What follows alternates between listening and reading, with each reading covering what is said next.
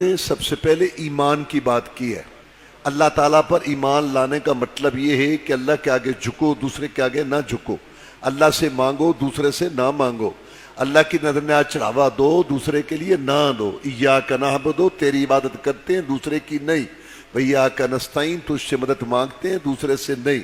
اللہ کے لیے کرنا ہے، دوسرے کے لیے نہیں کرنا، اللہ کے لیے ثابت کرنا ہے، دوسرے کے لیے نفی کرنا، اللہ کے لیے اقرار کرنا ہے، دوسرے کے لیے انکار کرنا۔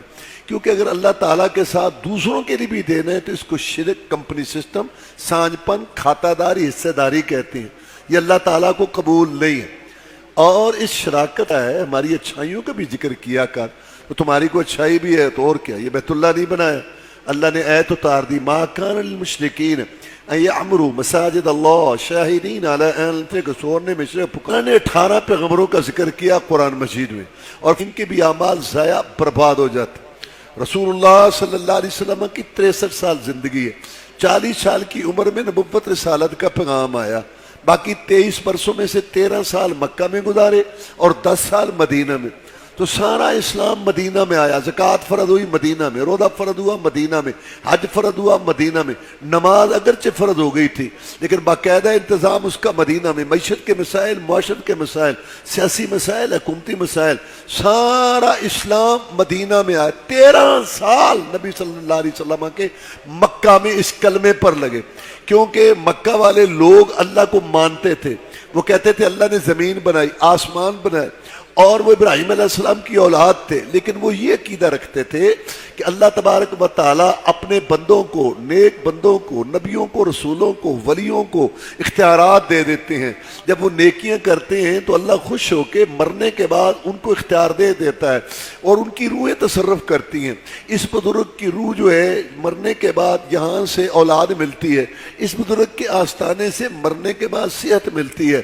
رسول اللہ صلی اللہ علیہ وسلم نے فرمایا کہ نہیں، ایک اللہ کے آگے جھکو، دوسرے کے آگے نہ جھکو، ایک اللہ سے مانگو، دوسرے سے نہ مانگو۔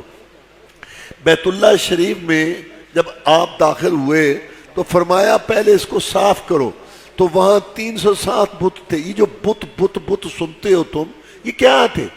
یہ اللہ کے نیک بندوں کی تصویریں تھیں، اللہ کے نیک بندوں ولیوں کی یہ مورتیاں تھیں۔ ابراہیم علیہ السلام کی تصویر تھی، اسماعیل علیہ السلام کی تصویر تھی۔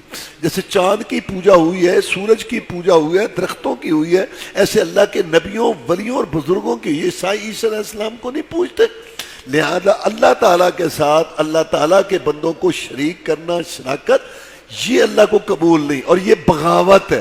کوئی حکومت اپنی بغاوت برداشت نہیں کرتی۔ تو اللہ تعالیٰ حکم الحاکم اپنے بندوں، بے بسوں، بے کسوں سے، محتاجوں، فقیروں، کنگلوں سے اپنی بغاوت کیسے برداشت کرے؟ اس لیے فرمایا اللہ تبارک و تعالیٰ نے کہ کوئی توبہ کر لے تو معاف کر دے گا اللہ تعالیٰ۔ توبہ کی 3 شرطیں ہیں۔ پہلی بات، یہ گناہ کو چھوڑو، نمبر 2 اس پہ شرمندگی ہو، نمبر 3 آئندہ نہ کرنے کا عہد ہو۔ لیکن اگر شرک پر مرا، نوح علیہ السلام کا بیٹا ہو، ابراہیم علیہ السلام کا باپ ہو، محمد رسول اللہ علیہ وسلم کا چچا ہو، اللہ نے اس کو معاف نہیں کرنا۔ انہ من یشرک باللہ فقد حرم اللہ علیہ الجنہ، جس نے بھی شرک کیا اس پر جو جنت حرام اور جہنم واجب ہے۔ رسول اللہ صلی اللہ علیہ وسلم نے اپنے عمل سے بھی یہ بات سمجھائی۔ بدر کا میدان تھا، آپ نے ساتھیوں سے پوچھا لڑو گے؟ جناب لڑیں گے۔ وہ تو ایک ادار ہیں، جناب لڑیں گے، آپ کے آگے لڑیں گے، پیچھے لڑیں گے، دائیں لڑیں گے، بائیں لڑیں گے۔ ہم کو موسیٰ علیہ السلام کی قوم نہیں جن کا تو اور تیرا رب جا کے لڑو، محمد کے ساتھی ہیں صلی اللہ علیہ وسلم۔ تعالی اللہ، یہ شیوا ہی نہیں با وفاؤں کا، دودھ پیا ہے ہم نے غیرت والی ماؤں کا۔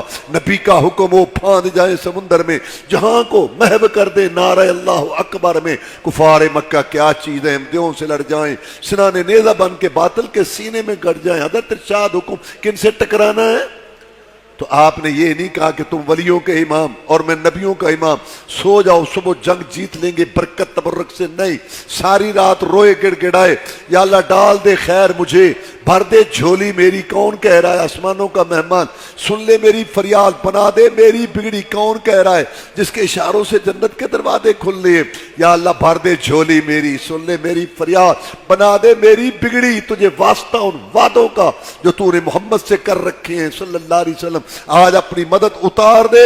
اپنی امت کو یہ بات سمجھائی، میرے ساتھ محبت کا دعویٰ کرنے والوں، وارے وارے جانے کا دعویٰ کرنے والوں، جب تم نے بھی مشکل کشائی کروانی ہو، حاجت روائی کروانی ہو، کشتیاں پار لگوانی ہو، سیتے لینی ہو، تم بھی اسی کو پکارنا، مجھ